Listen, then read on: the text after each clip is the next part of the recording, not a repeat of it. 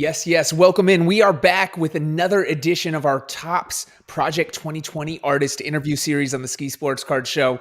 I'm joined by one of my favorite artists in the series. I pulled up some of his cards in front of me. I'm talking about Efdot. Welcome in, sir. What's going on, Skee? How you doing? I'm great, man. So glad to have you up here. You've been, one of the most, not only one of the dopest artists in the streets, but it's so dope to see you on the cards and be on like the murals and all the other incredible work that you've done.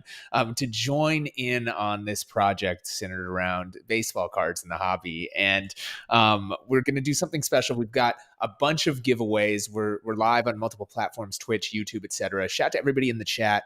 We've already got a bunch of people in there. I see Flower Gamer, W Grove 81, Jizza 73, Carter 311. A bunch of people making comments. Heather Creeley is in here too, making comments. So we've got some stuff to go, a bunch of cards to give away. So if you guys stay tuned, over 20 cards plus one very rare limited edition signed and numbered print, which I think are the most undervalued things in this entire set when you're looking at the numbers that some of the smaller cards are going for that have higher print runs versus the actual big prints. And they came out so beautiful too. They look really, really good. Topps, I think, really nailed it with it, right? Yeah, I love the quality on them. Finding a printer that you trust is actually pretty hard as an artist. But I think Topps, they went through the whole process of finding the best quality printer. The framing as well is super nice.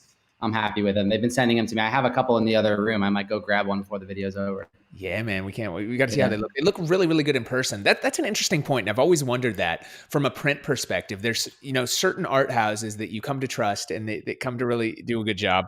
But there's a lot of prints that you see that just don't look amazing. And these are of course not that. These look phenomenal. Why is it so tough to make a print look good? You kind of alluded to it. I would love your expert opinion. Is it something I've always just kind of wondered? I think it's cheaper to make a decent quality print than it is to make a super high quality print. So of course, companies, they have other overhead and fees and stuff they have to pay for. So they try to cut costs. Like I just ordered some prints myself from a new company that I'm trying to work with on next year. And I ordered paper prints and canvas prints. The paper prints came out amazing, like almost as good as the Topps ones. And then the canvas ones, they had kind of a glossy finish on it, which totally ruins it for me. Like for some reason I wanted that same quality, that matte. So I don't know, maybe just it was cheaper to do it that way. So some companies default to like whatever's easiest. Yeah, man. Yeah, man. It's an interesting thing. And that's another thing too, that's interesting about these cards, right? The Topps Project 2020 cards aren't just any normal cards. When you look at them, they're like on super thick card stock. They come already in a great case. Like they're really high quality, and all the print, like I haven't looked extremely close because it's all, it's been such good quality. You haven't even thought of it, but the print quality is just phenomenal on them, right?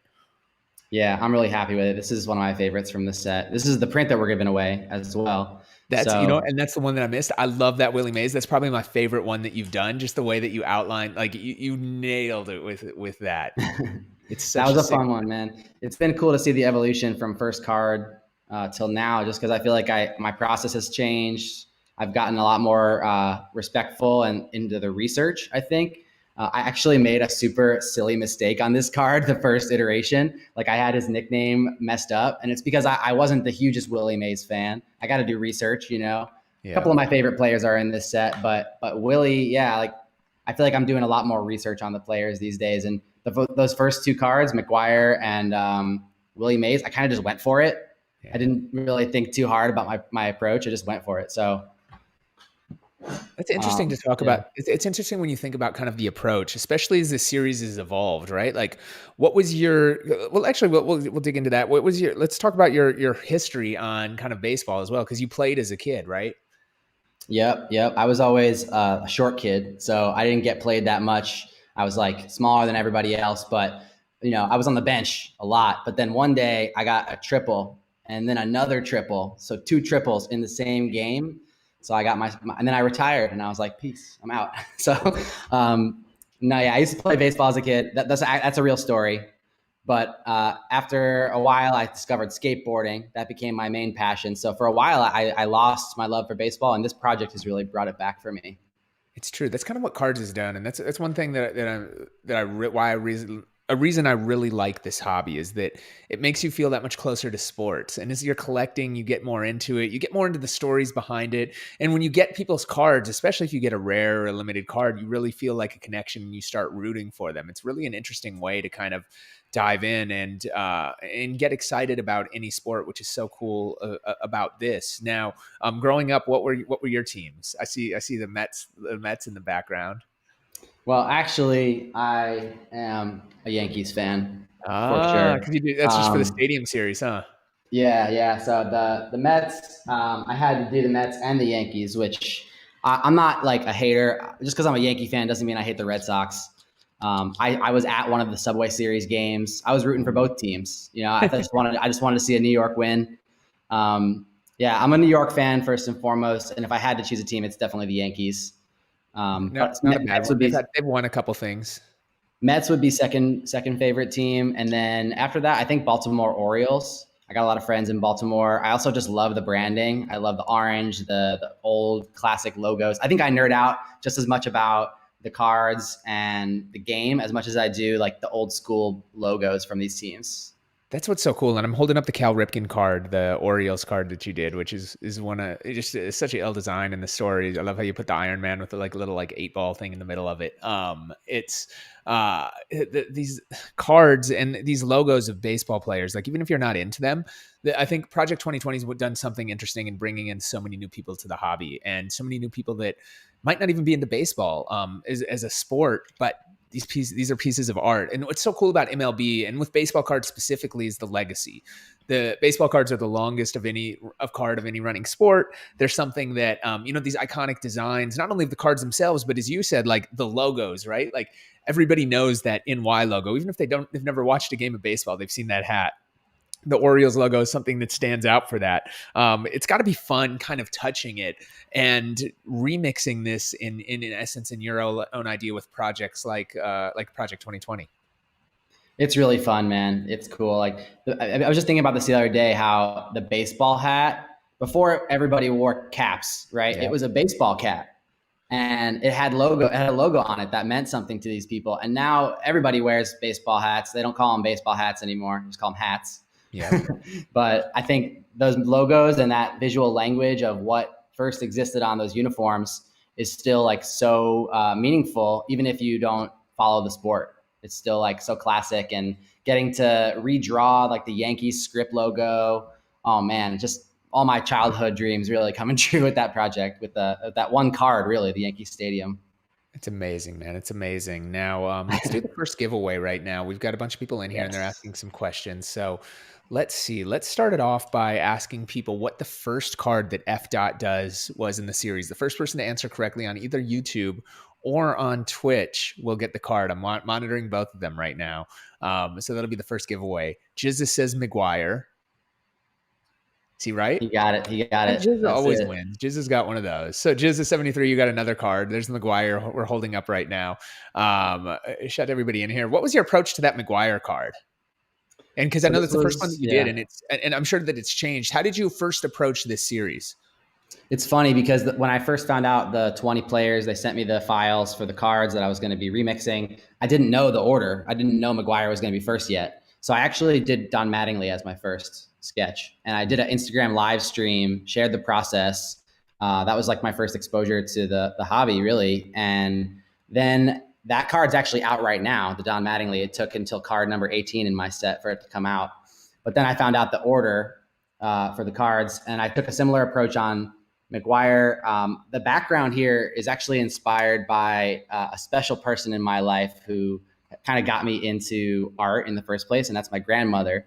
I don't know if you can see, but it's like kind of a stained glass effect going Yeah. on with the pattern. She used to make stained glass, so it has nothing to do with McGuire at all. I wasn't a huge McGuire fan. I did add a lot of cool details that are inspired by McGuire, like this whole silhouette on the top corner, like that wasn't there in the original card. And I wanted to pay tribute to his like legendary swing and stance. But the background was very much just like a flow that I got into from getting inspired by my normal references, one being my grandmother. That's sick. Yeah. That's sick. Now we got a couple great questions coming in. Everybody's shouting out the grandma love in there too. So everybody's feeling that. Jizza73 wants to know who just won the card. What player would you add to this project? I think Is it Mantle. Yeah, Mantle? everybody says Mantle. Right? Yeah, that 52 Mantle. I was really Yeah. surprised to not see it in here when you're talking about iconic cards. I guess there's more to come for it. I think that one, I'm not sure if Topps has the rights to use that one. So that might Yeah. be why it's not in the set. There's definitely some other Yankee players. Like, I think it would have been cool just from my childhood, like being selfish, like Andy Pettit would have had a Ooh. card. That would have been really cool. I'm doing all these like legendary pitchers, right? Like with Doc Gooden and Sandy Koufax coming out. That's my next card. Ooh. I would have been cool to have a Pettit card, but that's just That's my childhood pitcher that I used to oh, watch. So he was incredible. Baseball Life 24 is asking, who is your favorite player? I guess you can go modern or current, or modern or classic. I'm gonna get some shade for this, but it's Jeter. Jeter. I mean, He's a especially very here in New York, you polarizing. have every excuse, and he's a player that you got to watch be great in your era and win championships. So Yeah, he was like such a up and comer when I was a kid, first starting to go to the Yankee games and seeing his career just take off and how many games that the Yankees won because of Jeter. It was just like so ingrained, and he had like a style to him when he stepped yeah, up to the plate. Bob Shepard coming on the announcement, like number two, Derek Jeter, just so exciting. You knew the game was yeah. gonna change when he steps up to the plate. So that's why I love Jeter. I got a lot of respect for him, and I think the other Yankee in the set that I love making was Rivera. This is Yeah, and you probably one of really my. flipped his card. You didn't leave him in his old school fit. You switched it up. He's there. He's there in the shadow though. Oh, Uh, I never. You know what? I didn't look at the club. That's incredible. yeah. I didn't So even I realize it. That's ill. All right, you flipped that. yeah, I don't know. Like that card didn't really make sense with the rest of the set, and it's he's not in a baseball uniform. And I was just looking at how the other artists approach it. I try not to focus too much on that, but I wanted to stand out in the set and but still pay tribute to that card. So that was my decision for that. That's sick, dude. Yeah. That's so ill. And that's what's so cool is looking at like the little intricacies on that. As we've watched this project, is there any cards that really stand out that other artists have flipped? Anything that you've become like, damn, they did that, or any overall style of the other artists that's really kind of inspired you, or just that you thought was super super sick? Well, the first interview that I watched on your channel was with Mr. Cartoon, and I feel like after watching that and looking at his set again, I got a lot of respect for everything he's doing with his cards. That wouldn't be if you asked me a week ago or a few weeks ago, I probably would have said JK5. Yeah, His imagination is incredible. Like he just finds like a sci-fi twist or the black and white with little pops of color and all these little intricate letter forms. I love his trout with the eyes, right? Yeah, yeah. I have a lot of respect for all the artists, but if I had to name a few more, like Matt Taylor, Sophia Chang, Blake Jameson. I know he was on your show recently. Yeah. Gregory Stiff. He was like it was cool to watch you guys kicking it live. Yeah, I wish Yeah, we could do this in person, man. Normally we'd be this in either in New York or LA, but obviously COVID has us stuck on Zoom over here. But we'll get together after this and have some fun. yeah. I'll take what I can get. This is cool. Yeah. No, it's great, man. Great question actually that just came in. Are you a Marlins fan because of Jeter's ownership in the team now? I have been to Marlins games. I had some family in Florida, In the but new I stadium wouldn't. or the older stadium? The older stadium, but Okay. I think, but it wasn't. But I wouldn't say I'm a Marlins fan. Yeah. I don't think Yeah. anybody is right now. That's tough. He's trying to flip him around, but we will see. Now, I want to talk about a little about your history and stuff because, well, obviously you came up out here. Was it really you really made kind of a lot of your practice when you were I heard living down in Argentina, right? Yeah, so I had the opportunity to live in South America for about 2 years, and I was working with WeWork, the company that makes the shared workspaces, and I was on the team that creates all the interior artwork for WeWork. Oh, So so let's take it back. So there's actually a team that's making all the artwork that's inside all of the WeWork spaces. They're not going and just buying it from bulk. They're making something specific for that. yeah, the company's definitely been changing a lot this year with COVID. So I don't Yeah, know I'm what's going on sure. right now, but I think when I was at WeWork, there was a team that got up to like 70 or so people of artists full time around the world. It was a dope thing to be a part of because I can't name one other company that has designers and artists like actually hand painting the work and not outsourcing that at Yeah. that scale, like around the world. So I Yeah. think I rode that wave while it was hot, and I got a lot of really great experience. And it was just an infinite supply of walls. And the creative director there was pretty chill, and he liked my style. So I got a lot of really great work done there and around Latin America, which I never expected to be able to do. But even before that, I've been interested in street art and murals. That was, I got back like a year and a half ago from Argentina. Yeah. So, even before I went to Argentina, I've been doing this for a decade, and I just love the process of taking my idea from like a quick sketch to a giant wall or a card. Like seeing that physical manifestation of my idea is so important to me. It's not the same when I just keep it on the screen in digital. I do a lot of digital illustration work, like my cards. I finish most of them on the iPad, but Really? but seeing the physical product in the end is really the feeling that I like to have. So That makes a lot of sense. And what's yeah. interesting is that you're generally known for working on bigger canvases. You're talking about and walls and murals and paintings. Um, this is probably one of the smaller pieces of art you've had to design, right? Like when you're looking at those overall things for that. Is it any challenge or like trying to get, some of those details, especially like does this compare any differently when you're working on a big mural in a wall because you have less room and you kind of have to compress that messaging? Has that been a challenge at all for you kind of just shifting these formats? I think I have done some projects where I'm designing on a smaller format. So I've learned through those projects of what's going to translate through like the printer. Obviously, there's a certain level of detail that you just can't get. It starts to get fuzzy when you get close. And if you look at the Jeter card, like there's a bunch of detail that kind of got lost behind the DJ. You can't even really see it. It's there. It's like this dark blue on a Yeah. medium blue. And I think, so, like I got really detailed with that one. So some of the other ones I'm having to scale back and say, you know what, maybe for the fine art print, I can include all that detail, but it's not going to show up on the card. So, or maybe I just got to be okay with it being only for the people who look super, super closely. But I don't know. I like adding a lot of detail to my work. It just creates this sense of discovery. Like you find new things in the card every time you look at it. It creates like more nostalgia and more excitement when you do that. So I think adjusting to the small size, it's been a process, and sometimes I feel like I did just the right amount of detail. Sometimes I feel like I could have put more or maybe have a little less. But 20 cards, almost 20 cards in. So maybe in my next series, I'll have a little more experience with this. You've been nailing it. Somebody brought up a great question, kind of in release to that. Eddie on YouTube is saying, "How you have such a unique style. All your cards match, and when you look at them, well, they're all different. They all do have that. Like some cards and different players have gone to, or different artists have gone different lengths.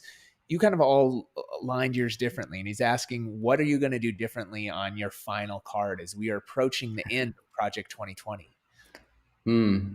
Well, I haven't finished it yet, so I can't say exactly what it's going to look like. My final card is going to be Frank Thomas, but I don't know what I'm going to do differently. I think I should put some kind of nod to the project in general. If you look at the Mattingly card that's on Topps website right now, that one's going to be my foil card. So I'm not saving the foil for the last card. That's like a 1 in 20 chance to get the foil version. And I did put a little nod like in the bottom of that card. It says P 2020. So I feel like that's my big hurrah. It's my last Yankee card. So I think I'm not sure what I'm going to do for Frank Thomas. I consider like the Mattingly to be my last big card for me personally.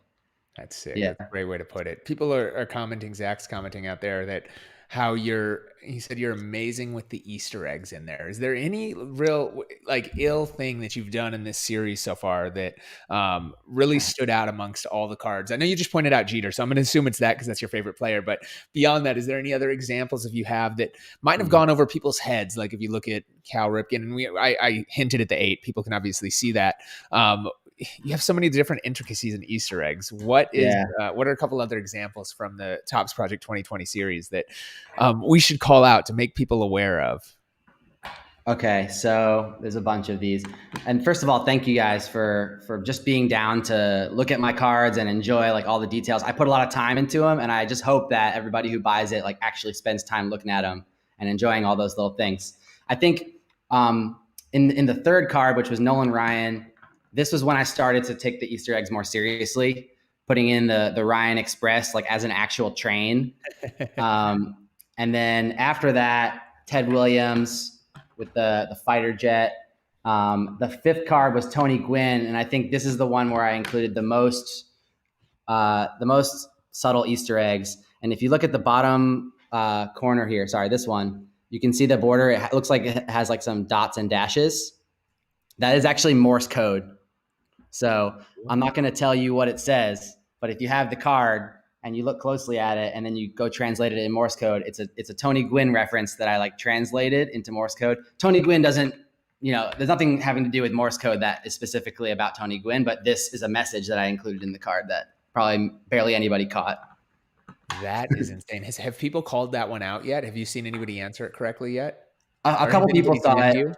The hardcore fans of each player, they want to know everything about the card. So I'll tell them every Easter egg, except for maybe one or two, but they've all gotten that one already. And then if I had to get one more, I think it's George Brett, just because the Pine Tar incident made it onto the card there. And I love that silly, angry George Brett image. It's amazing. I love it right there, right? And third base, yeah, and the jump out, it's crazy. Let's do it. We can do another giveaway right now. Does anybody know what that Morse code says on Tony Gwynn? I don't think anybody's going to get this, so we might have to save the giveaway for something else. Let's see. I'll look on both YouTube and Twitch right now to see if anybody can identify that. And so my guess is somebody might guess just some of the Tony Gwynn's phases, but we'll see what you guys have. Mr. 300. Nope, not Carlos. It's not a bad guess, though. I think people are going to guess at those things. You guys get better break out your Morse code skills. When you were doing this Efdot, when you were doing the Morse code, did you know that you had to look this up, right? You don't just know Morse code by heart, right? No, I'd be lying if I said I did. That would be pretty ill if you did. All right, yeah. Mr. Padre, we got two people saying it. No. It's something that's not already on the card. So I got Mr. Padre big on the top of the card. Yep. I wouldn't rewrite it there. It's a different message.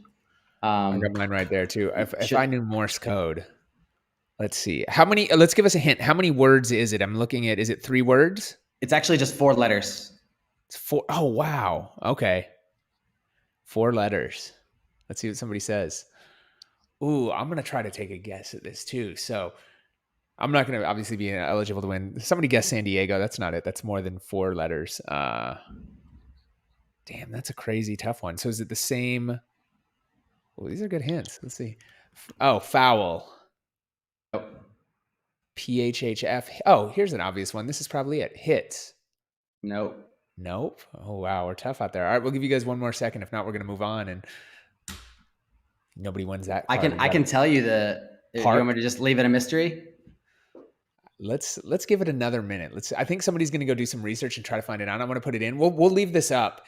And if you guys figure it out, put an exclamation point in the 4-letter word. And if you get it, we'll give you guys one of those prizes. People are saying Tony. It's not that, right? No. Wait, what do they win? What do they win if they get it? A free card? They just get a card. We got a bunch of them. So okay. We'll keep it moving. Shout out to everybody in the chat. Somebody's asking if you have any. We know Derek Jeter's your favorite player. Do you collect any of his other memorabilia, or do you have any of his rookie cards? I do have some rookie cards. My favorite card that I have isn't a Jeter. It's a Roberto Clemente bat card. It's got a piece of Clemente's bat. But with Jeter, I have a jersey and some cards. I'm not like a huge card collector. Project 2020 is like the most cards I ever bought. So I don't know. Like I just like I'm not a huge hoarder. I try to like keep things relatively minimal. I keep things that bring me joy. I used to have a ton of cards when I was younger. I sold them. Probably a mistake, but who knows? Like many of us. I think we actually might have a winner. Is it SDSU? That's it. You got it. Moody, congratulations. DM us on Instagram or Twitter at Dash Radio. We'll get you hooked up. That was a great guess. They had all the exclamation points, so I had to jump in. I knew that they won. That was a great one. That was kind of obvious in retrospect, but a good little Easter egg. And that's what's so cool about this project. And I like to ask all the artists when they come on here, what did you first think when you got the call that you were going to be remixing some of the most iconic cards of all time? What was your thought process? Because again, a lot of brands wouldn't let people touch something. And especially when you're dealing with like pro sports and licenses and players, as you've done your work with some of those worlds, it's not always the easiest to move and do what you want. There's so many restrictions. What were your thoughts when you jumped in and got the call to do this series? Well, I was definitely immediately down for it. I wasn't doubting that I was gonna not do the project or anything. I think I was just really excited. I wanted to know immediately who are the other artists, who are the players we're gonna do. I had so many questions, and I couldn't believe it. Really, like I used to collect cards as a kid, and getting to remix them has just come full circle. So I don't know. It didn't feel real at first, and then after I saw some of the other artists that were on the lineup, I was like, "Whoa, that's amazing! That my work's going to be next to these artists," you know. And then getting to touch these cards and put my spin on it. I already started. I don't know if you get this too with your projects, but as soon as you hear about a new project, you already start like creating the thing in your head. You're like, what's the card going to look like? And so I started designing it already in my head, even though I didn't know what players we were going to Yeah. do. Of course, man. You got to do it. It's such an ill thing. We also had, my bad, I got to take it back 1 second. Garrick actually said SDSU before Moody, but we're gonna hook both of them up in the Oh, YouTube comments. So my bad, Garrick. I didn't see you. We'll get you hooked up. Hit us up too. Moody, we'll still hook you up since you were there with it. So much excitement. This is fun, man. I feel like I almost want to do like a whole like hidden mystery show with you, just going through all the cards and identifying the little Easter eggs. I want to take it back to your story. You have an interesting story sure. on how you got your name. It's similar to how I got mine, but for those that don't know, why Efdot? What does that represent? So my last name is pretty long and hard to spell. My last name is Friedensen. My name is Eric Friedensen. So when I was a kid, everybody would mispronounce it. So they just shortened it to like Eric F. And there was another Eric as well in the class. So there was Eric F and Eric S. I like to think that he was my arch nemesis, Eric S or S dot. But basically, it's just Eric F and then a period. So then F dot is what it became. You know how you say like DJ S or Yeah, whatever. that's how I got my name. My name's Scott Keeney. So I was looking at my homework and it said S.Kee and then the rest of my last name. And I was like, oh, I'll just take that portion of it. So interesting. It seems Makes everybody's sense. like, oh, it's so abstract. How do you get it? You're like, that's just part of my real name, right? The funny part about F dot is if I tell you, hey, my name's F dot, it's like, how do you spell that? Is it just F and then a dot? Like, I'm not easily Googleable. If you just hear me on a podcast or something, you kind of have to know how to spell it, which makes me a little bit harder to find, but I'm not mad about it. I think originally it was just FDOT, but then I found out that that is actually the Florida Department of Transportation. So I can't be competing And with them not on not the same look. And they probably wouldn't license it to you. no. So F dot is what it became with the E. Makes sense. Yeah, absolutely. We got a great question coming in. Edward wants to know, when did you decide you were going to put the mask on the doc card?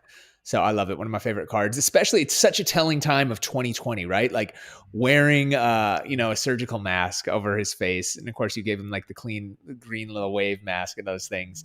When did you decide you were going to put that on him? Because I thought it was so well. And this is card 137 in the set. So it was a little ways into the project. Yeah. Actually, if you look really closely on the mask, you'll see Shea Stadium on the Dude, bottom I of the never mask. even noticed that. Like I've been sitting at this card. The details in here that you do are just ridiculous. That's why everybody needs to get these bigger prints because they can stand out more. And you can actually notice all these crazy little details. I thought it was some of the shading. So if you look at that in the bottom underneath where it says Met, sorry, it's a little blurry. We're on the webcam, so we don't have the ISO like the thing. But right there, whoops, is actually Shea Stadium. That's phenomenal. Yeah, so the idea came pretty early on in the set, actually. I learned about his nickname, Dr. K, and I just felt like it was a perfect fit. My Doc Gooden was supposed to actually be earlier in the set before Tony Gwynn, and then it got moved. So I just kept the idea, and I was sort of like thinking about how I wanted to portray it and like putting a little stethoscope on the side just to like make it feel even more. And then the Unisphere from outside Shea Stadium as like the head of the stethoscope. It kind of like wraps around his neck. It's a little hard to see that, but I kind of like that. Maybe you don't notice it right away. That's the fun with all these cards is there's like multiple levels of discovery with them. And you know what's so cool? I think Yeah. I'd love to hear your experience on how people have discovered you because of this series, right? Like I remember, I think were you the first to do a signed auction raffle on eBay? I know you did that charity thing for, I believe, the Red Cross, right? Yeah, I don't know if I was the first one to do a charity auction or anything, but my growth with my audience this year has been awesome. So many people that are just so passionate. I mean, I don't care as much about how many people are following me. I care about the passion and how interested and how much they actually care about what I'm doing. Do they believe in my mission and my vision for my art? And does it resonate with them deeply? I'd rather have 100 followers who love what I'm doing than 10,000 followers who don't give a damn. So I think just the passion that I've found, like those who are really drawn to my cards, they just keep asking me questions. They want, they like that I'm accessible as well. I think I'm one of the more accessible artists in the project, and I want to keep that up and just treat people like, they're equal. Like I'm just because I'm an artist in this project doesn't mean I can't have a regular conversation and like have a beer. I'm also not perfect either. Like I don't like when artists put themselves on a pedestal and like we are not worthy. Like everybody's worthy to have a conversation with me, man. Like people are saying that Eddie's like, I appreciate his accessibility on Twitter, and I've seen you respond, and you're so responsive on Instagram and these other places. It's really great to see, and it's fun. Like like you said, we're all the same people at the end of the day, and we're all in this kind of hobby together, having fun with it. it's definitely tough, I think, when you start to grow to be like as popular as you are, that you can't get back to everybody in a day, right? At some point, you got to turn it off, or you got to like ask somebody to help you out. Hey, could you respond to these comments with me? But I don't know. Right now, I'm keeping it. I'm able to respond to everybody, and I'm going to use that. I'm going to continue to respond to everybody because I can. And one day, maybe I won't have enough time to respond to everybody. But if you're like throwing positivity my way, like I'm gonna throw it back. So why not? That's dope. And you can still respond, even if you can't respond to everybody. I think just showing the initiative to do it with some are great. Now, Yeah. we got a ton of questions coming in. I love it. Jizza73 wants to know, who's your favorite skater? That's a tough one, man. I think my favorite skater is Luan Oliveira from Brazil. He's pretty big these days. He just has a crazy pop. Yeah. Yeah. It's insane. Let's see. Where did the inspiration come from creating the Jackie Robinson card? The people are loving that broken bat you have with it. Well, Jackie was known for breaking barriers, right? The first black baseball player in the major leagues. So I felt like it was necessary to just draw attention to that. And then, I don't know, this was right around when the Black Lives Matter protests started happening.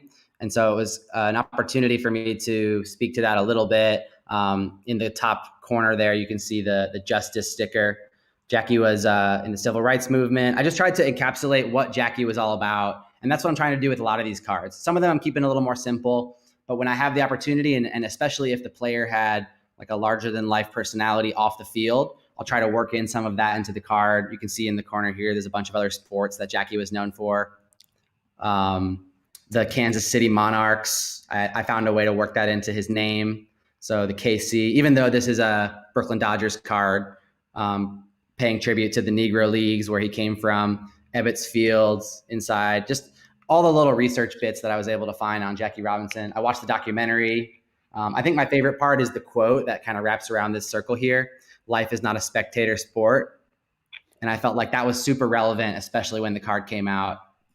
Super, super ill. How long does it take you to prep and for the process of doing a card? And let's include not only the time making the art, but the time doing the research. Like you're finding real, not just the high level facts, but more obscure things. You're watching movies, films, and then going and putting together the art. What's the process and timeline like on you from the concept, from like your first like, all right, I'm gonna do Jackie Robinson, to the time you submit the art? I think it depends on the player. Sometimes I have more of a straightforward approach, or like I already know what I want to do. I think with Doc Gooden, it was pretty quick because I had that idea early on, and I'm kind of designing in my head before I even know. Like I knew I was going to put the home run apple in the background. So I think it just depends on the player. Overall, I'd say it takes me 2 to 5 days. A few hours a day to finish it, and I actually have a collector group that I've been sharing my process with like all year long. Just all the fans who are collecting my set. I started a little Patreon page where they can give input on my cards like before I finish them. And some of the Easter eggs on my cards actually were crowdsourced from the collectors. So I'm not sure if I'll keep doing that forever, because obviously my art is my art. It's not. It's my practice. And if I want to keep it personal, I can keep it personal. Letting people into that and saying like, what do you think should be in my art is a risk, because you never know what they're going to say. And then if you don't end up taking their ideas, sometimes people are like, come on, please put it on the card. And I'm just like, I don't know. But some of the ideas I've been getting from these collectors are incredible. And I'll mix them with my ideas. And then the fusion of that, I think, is part of why the set has been so successful. And I also wanted to say that part of the reason that they're so consistent is because, one, they're all vertical. I took all the horizontal cards, cut out the horizontal cards. Sorry, guys, turning them vertical. And then the borders. I think the borders was just an element that I decided early on that was like every card's going to have a dotted border in a color that matches the rest of the card. And I think that just helps to tie it all together. Yeah, that's one of the first things I add when I'm like starting the card, just to like set the tone and see how the composition's working. Yeah, no, it's super ill, man. It's so great. And getting back to your designs and stuff, one really cool thing is your motto, and one of your slogans is the optimist. And there's kind of a crazy story that you have behind that, right? What made you become, because I'm a big believer in, like, look, it's always, life is the way you look at things, right? You can look at it two ways. So it never hurts to be optimistic. Somebody told me once. What's the story behind the optimist slogan for you? I'm not going to share the full story because it's a long one, but basically, there's a video on my website, so f.studio.com. If you want to know the full story, there's a little video there called "Fireproof Optimists." But basically, there was a fire at my apartment. I lost everything that I owned in a fire, and I was home as well. And I almost got taken with the fire because it was early in the morning. I don't usually wake up super early, and it was the scariest day of my life. And going back into the apartment, trying to find whatever was salvageable, one of the things I found was a drawing that I did earlier that week, and it said Optimist. And it was like this crazy sign from my past self to my present self. And I was taken out of that moment of craziness and brought back to like, wow, I actually am an optimist. I can get through anything like this. This is going to be okay. I'm healthy. I have what I need. It's just stuff. If I lose all my stuff, it's okay. It's replaceable. And so from that moment, I was like, I need to share this story. I need to share this message and keep making optimistic art. And I think that's just like what became my mission from then on. And I haven't really stopped. I mean, I definitely look back on the journey a lot and reflect, and I'm super grateful about how that moment changed everything for me. And one of the things I love was I was able to work in the Optimist into the Griffey card. Yeah. So this actually came out the day after the election day, and I felt like the world just needed a little more optimism. Not to bring That's politics funny. into this, but a lot of divisiveness, a lot of hate going around. So I'm like, how do I bring optimism into this design? So a little subtle message from my past is in there. It's phenomenal. I love it, man. What's so interesting too is Project 2020 has been polarizing to some people. I think it's been so great overall for the hobby, but there's a lot of, people that are just like, how can you touch a card and recreate that? And what's for that? It's so interesting to see all these different parallels and the way that the reactions are, but there's been so many positive reactions to it too. What's been the coolest thing that somebody said to you or DM'd you or messaged you or that you've seen in terms of Project 2020? The craziest thing that people have messaged me, Yeah.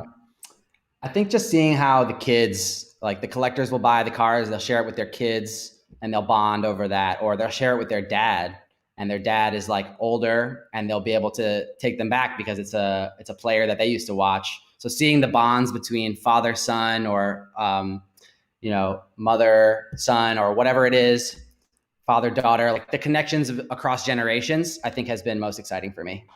Super sick. Because Super the sick. cards are approachable, like they feel playful, but they don't feel like a kid's toy either. It's like something that kids can enjoy, adults can enjoy, and they can both respect it. Yeah, man. Super sick. Yeah, I think it's time to do another giveaway. We got a bunch of cards left. let's So do let's do it. another one. I'm going to let you ask the question for this one, F dot.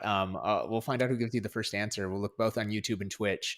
We'll reward whoever says it first on each of those. Do you have any questions about the Topps 2020 series or any cards for this one? And also, I need you to think of what you want the final question to be too. Hmm. Okay, so it's got to be about Topps Project 2020. Um, let's see. Okay, so when my which card should I do? When my hmm, when my Griffey came out. People love the Griffey card. Zach, Garrick, all these guys are talking about how great it is. Zach, it says is his favorite one. Everybody loves Griffey too. That was my favorite player growing up. So those cards are just iconic. When my Griffey card came out, who was the other card that came out with me? A different artist, different player. Great question. People are already guessing and they're thinking we're going to say print runs because they're responding with the print runs of those. No, that's not. We're not asking the print runs. Good question. Good answer though. I'm assuming. Um, Snap, it's a toughie. Tony Gwynn, JK5. That was it. There we go. First Zach try. Stone. Zach Stone, you've got it on YouTube. Let's Zach. see. I know Zach. He's the man. Zach, you are the man. Thank you for watching. Let's see if anybody says it on Twitch. We're still like we've kind of given it away now, so it doesn't matter. We'll still give it to the first person that types it. So if you type fast, go ahead and say it. We'll hook you up. Now we're gonna get about 20 of them as soon as the lag comes in because generally it's refreshed there. Congrats, Zach. There we go. All start coming right in. Um, we'll give it to Percy and Carter. They came at the same time. Percy 30 and Carter 311. Send us a whisper to the Dash Radio account. We've got you hooked up. Let's go through some of these other questions too. Let's see. Whew, so many great questions. Are there any cards that were hand done? Yeah. So I always do some sketches on paper. Like you can see with the stadium cards that like I made these canvases before doing anything digital. I like to just get my ideas out analog because I think I come up with better stuff. Also, digital work, it's like the iPad isn't really a tool for experimentation and brainstorming for me. Like if you were to make a list, doesn't it feel much better to write it on paper? Yeah. Or like just like a quick thumbnail sketch, and then you make mistakes and they kind of like, you know, the paint bleeds by accident and then you're like, whoa, like what if I combine those two ideas?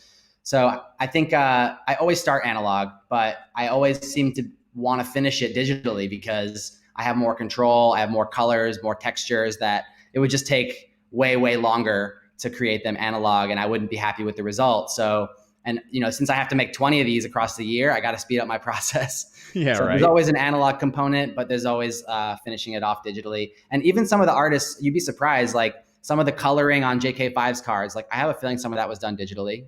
Like the art was done black and white. So just because I think it's super common now for artists to have an analog and digital practice. They're both considered art. I don't know why some people don't see iPad art as the same. I think it's just because it's a new tool. I mean, when the marker was invented, people were like, "What's this marker?" You know, like you got to use the dip pen, the pen and ink, and the marker was like cheating. But now markers are like, so get with the times, man. Get digital. Yeah. Yeah, man, it's great. Carlos brought up a good question. We know you're doing that Don Mattingly next, right? And that's going to be your foil card. How difficult was it for you to select Don as your foil selection? He wants to know. Super easy. Yeah, no it problem. Seemed like it took you any time at all. I guess I thought about doing Koufax because there's going to be some Brooklyn shout outs in that card. I'm living in Brooklyn now, and it's cool to be like close to Ebbets Field, right? So close to where Ebbets Field was, and I don't know, like I think I was between Mattingly and Koufax, but I grew up watching Mattingly play, so it was a no-brainer for me. Super sick, man. Super sick. Great comment here. So they said your Gooden's great, and I learned a lot about Ricky. We're talking about Ricky Henderson, his style and swagger after picking up your card with him holding the record stolen base in the air, which is so cool. So many people are learning so many things about these players, even me, right? Like realizing that or even remembering certain details like, oh yeah, SDSU, Tony Gwynn went like he's a San Diego kid. Like a lot of those things, this brings you back and teaches you new things. Even for people that are big baseball fans or big into the hobby, it works all those ways. It's so cool to see, man. Yeah, I think about also where these cards are going to live on in the future. And so SDSU has a ballpark and a stadium named after Tony Gwynn. So just the idea of thinking that this card might end up at SDSU and then to be able to say there's actually a shout out to SDSU on the card, you know? So I don't know. I think about where these are going to live in the future. I obviously can't predict the future, but I hope that people appreciate it. And I hope that they go far and wide, especially the prints. It'll be cool to see the stadium cards at the actual stadiums, right? So with Ricky, I learned a lot as well through this one. I just thought that was such a cool moment where he ripped the base out of the ground, held it up above his head. Ricky looking like Rocky in this photo a little bit. And then combining, actually the funny part about this is he's running to the opposite direction. So you'd run from right to left when you're going around the baseball field. This one looks like it's like a pickoff attempt. He's going back to the base. So that was something that it stirred up a little bit of conversation amongst the purists, but I don't know. This is one of my favorite ones because it almost feels like a big movie poster or a magazine cover. It really does. Yeah. So well, Ricky, and all these players too had so much swag, and it crosses so many generations. I mean, we're going back to Bob Gibson and in young days to the current days, like Mike Trout. Have you approached like the players that are some of the older generations that you might not have ever seen and had to do more research on versus, the Mike Trouts who are still playing today and in his prime? Is there a different approach to how you make the art for those cards? It's not a super different approach. It's just a different excitement, I think, because with the Trout card, I don't think I showed this one on the stream yet, but with the Trout card, I know that this card is going to feel and mean something a little bit different in 10 years from now when Trout has had 10 more years of playing. So it's an epic player, epic original card from 2011. And so I think in 2030, this card will be even more meaningful, and his stats will be crazy, right? Like, he's supposedly one of the greatest of all time, but we haven't really seen his final stats yet. Yeah. So it's an interesting thing. So many different things to it. It's funny. Going back to the Ricky Henderson card, a lot of people are saying everybody thought he was stealing home. See, people didn't even realize he was going back to first. Everybody's, there's a few comments saying it always looked like third to home base. So you can interpret it however you want. Also depends on where the photographer was standing. Yeah. A lot of my drawings are based on photos, like the Mariano Rivera and the Ricky. Like, there's a lot of drawings. This is a hand-drawn version of a photo. And so it just depends on where the photographer was standing, I guess, too, to know what's exactly happening. But it's cool that somebody caught that. Like, he's running the wrong way, Like, I didn't actually even realize it. I just thought it looked best with the composition of the card.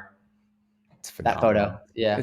It's phenomenal. Now, see, another person talked about this, and I meant to ask you about this earlier, but you're known for these blob style characters, and Eddie's saying he loved the blob on the Mattingly.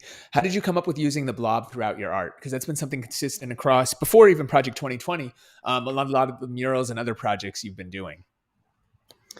Sure. Yeah. The backstory for my blob character is pretty simple. It was just like, I started my career doing hand lettering, and that was my jam. I called myself a lettering artist. I wanted to be known for something, so I stuck to that niche.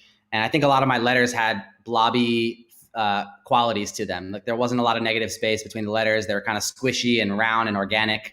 And then after a while, I started wanting to create art that couldn't really be summed up in words. Like, I wanted to communicate feelings and abstract thoughts through things. I couldn't have used lettering for it. So I needed to create some kind of vehicle to express this. Some artists just go fully abstract, and I've done a lot of fully abstract artwork too, but having some kind of character in there helps people relate to it, helps me relate to it. And I think also at the time I needed a friend. This was like when I was in Argentina and I didn't know anybody besides like a few coworkers. And so I needed a friend in my life, and I ended up inventing the blob character on a pretty like difficult day. I just sketched it in my sketchbook. It was like curled up into a ball. And I just sent it around to some friends, and they were like, I think you got something here. and my boss at WeWork as well was like, we should make a mural with this artwork eventually. It. And so they really helped me get it onto bigger surfaces. And they, sometimes as an artist, like, you want to keep going down one path, but if that's not what the market wants or what your clients want, then you got to keep it for personal use. But it's cool that the blob character was like a personal project that became something that I could use for my commercial stuff. Great response. Let's get to the next question from Nick. And Nick, you get a card just because you said Skull Vikings. So we'll hook you up with one of those. I'm going to be loyal to all my Vikings fans for a second. He also wants to know, I assume you are collecting your own set, but are you collecting any other artists or players in the Project 2020 series? I'm just buying cards that I like. Ideally, it would be cool to have one card for each player, like from random assortment of artists. So my favorite Gwyn, my favorite Nolan Ryan, but I haven't been collecting very consciously. I think I'm going to have to fill some holes in the end of the year or next year. It's going to be cool to see what happens with the project next year and how we look back on this for sure. I'm probably going to, so one thing that is cool is I developed my own display case for my cards, and I have a couple of them. Here's one of the cases. It's a wood case. I got it made by this amazing craftsman. Damn, that's crazy. And it's got my logo in there. Dude, that's ill. Can people, how do people get that? That's super sick. It's just a great way to display them. Yeah, so I am only able to make them in really limited quantities because I'm working with someone who's literally doing it in his backyard, and I wanted his quality. So the first people that are going to get to be able to pre-order these next week are in my Patreon page. So patreon.com/Efdot. It's just $5 on there, and you get to see my whole process and get first dibs on all my drops like this. I'm only going to be able to make 20 of them by the end of the year, and then 20 more in January. And then if there's more interest past that, we'll keep making them. But they're going to be pretty limited, and I'm going to do some hand embellishing on some of them, like on the sides of the case, because it's like a nice 1 inch thick slab of wood. Crazy. That's super Yeah. sick. Chip Irwin's in the chat saying he wants to order 2 right now. He's calling dibs on it. So Chip, you No go sign calling up. dibs. You gotta race against it, like in Patreon. But Exactly, man. hopefully you'll be able to get one, man.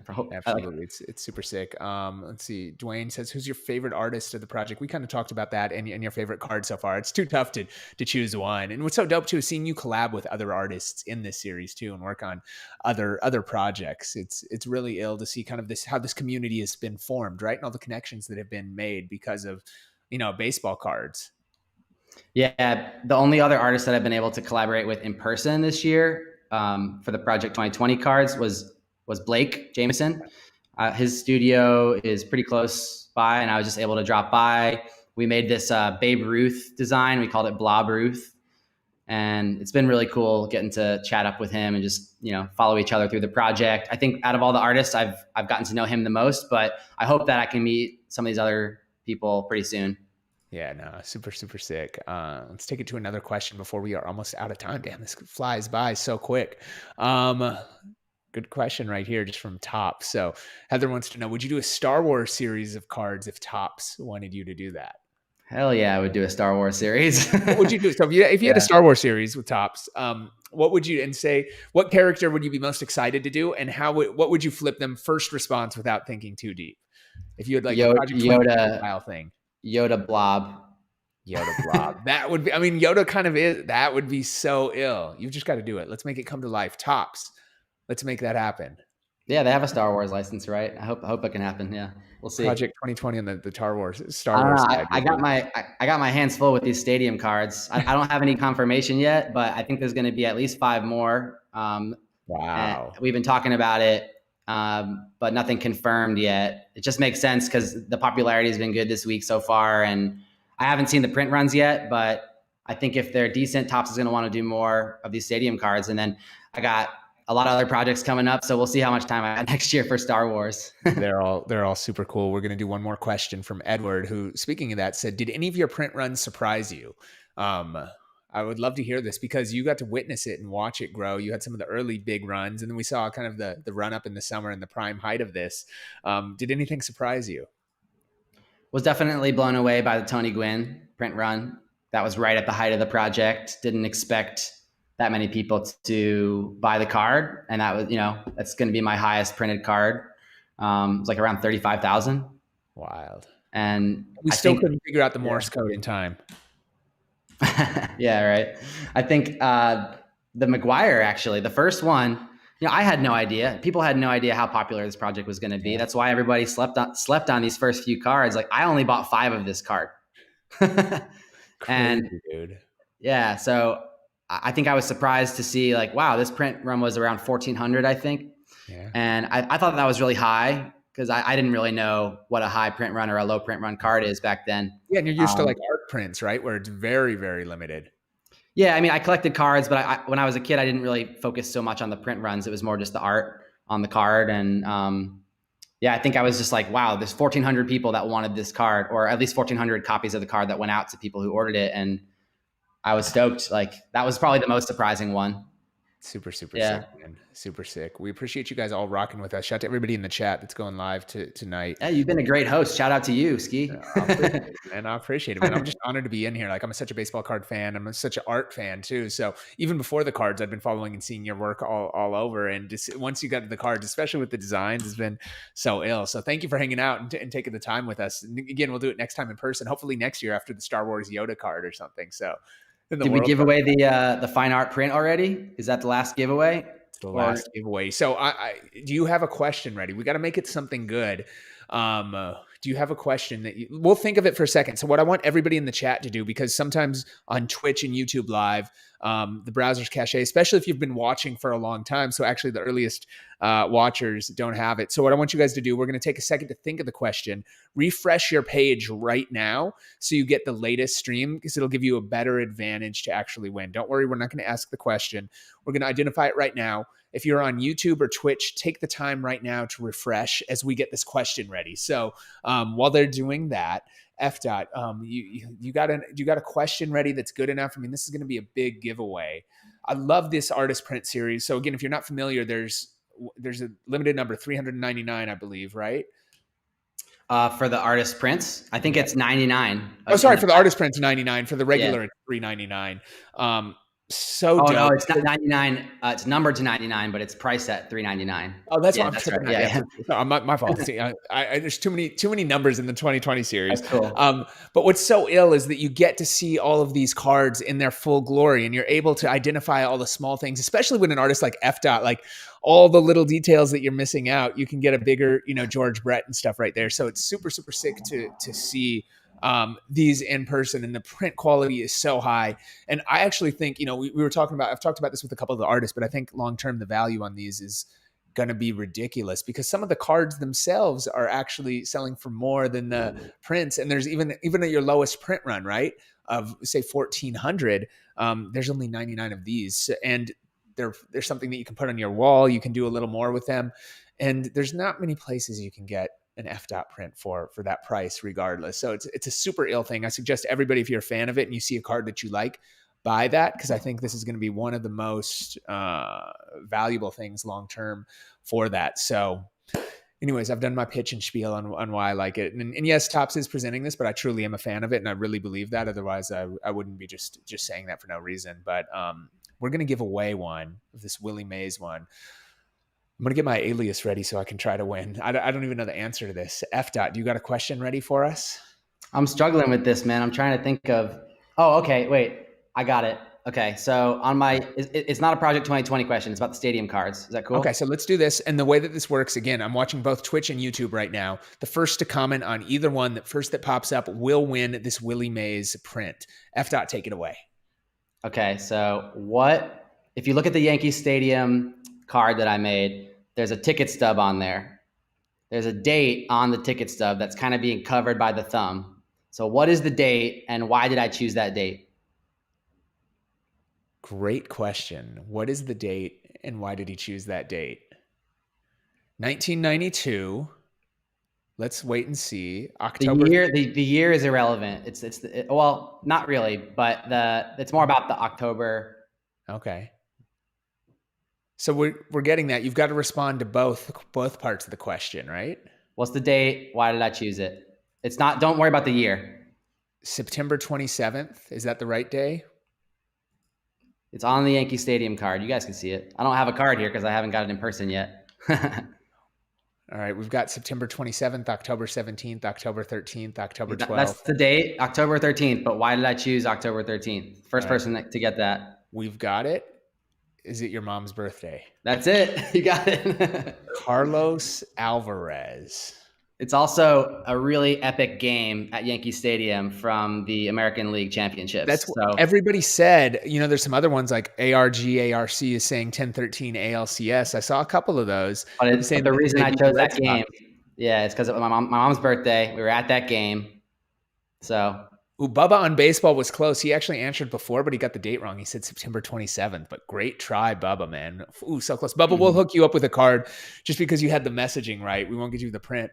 Congratulations to our print winner, Carlos. Just send us a DM at Dash Radio on Twitter or Instagram. We really appreciate you guys rocking with us. I know we've gone a little over. Efdot, thank you so much for taking the time out. I know you've got multiple cards to do, and these aren't a quick process for you. So it was an honor to connect with you and go through and hear not only this incredible journey of Topps Project 2020, but a little about your story and how you got started. That's really what's always been so intriguing to me, and hearing your come ups and how you approach life. It's so inspirational. So thank you so much. Thank you, man. Thank you for all the good questions, spending time with me. Congrats to everybody who won a giveaway. That's awesome. And especially who won the framed print. That's a really awesome prize. I'm excited to finish out this series strong, and let's see what's next. Yeah, thank you, everybody. Appreciate it, Skee. Super sick, of course. Thank you, guys. If you missed this, of course, we're going to put it up again on YouTube or Twitch so you can watch it on demand. We also will be turning it into the Skee Sports Card Show podcast very soon, so make sure you subscribe to that. We just officially launched that today. Wherever your podcasts are, we are back every Tuesday and Thursday, right here with Topps Topps Project 2020 Artist Interview Series.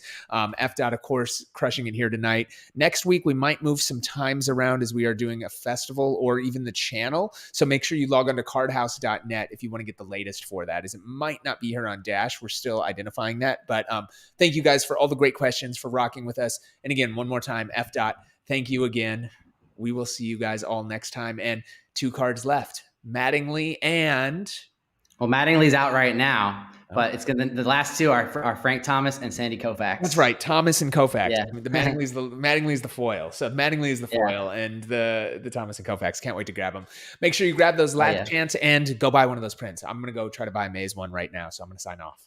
Hell yeah, man! All right, good night. Y'all be good, everybody. Peace.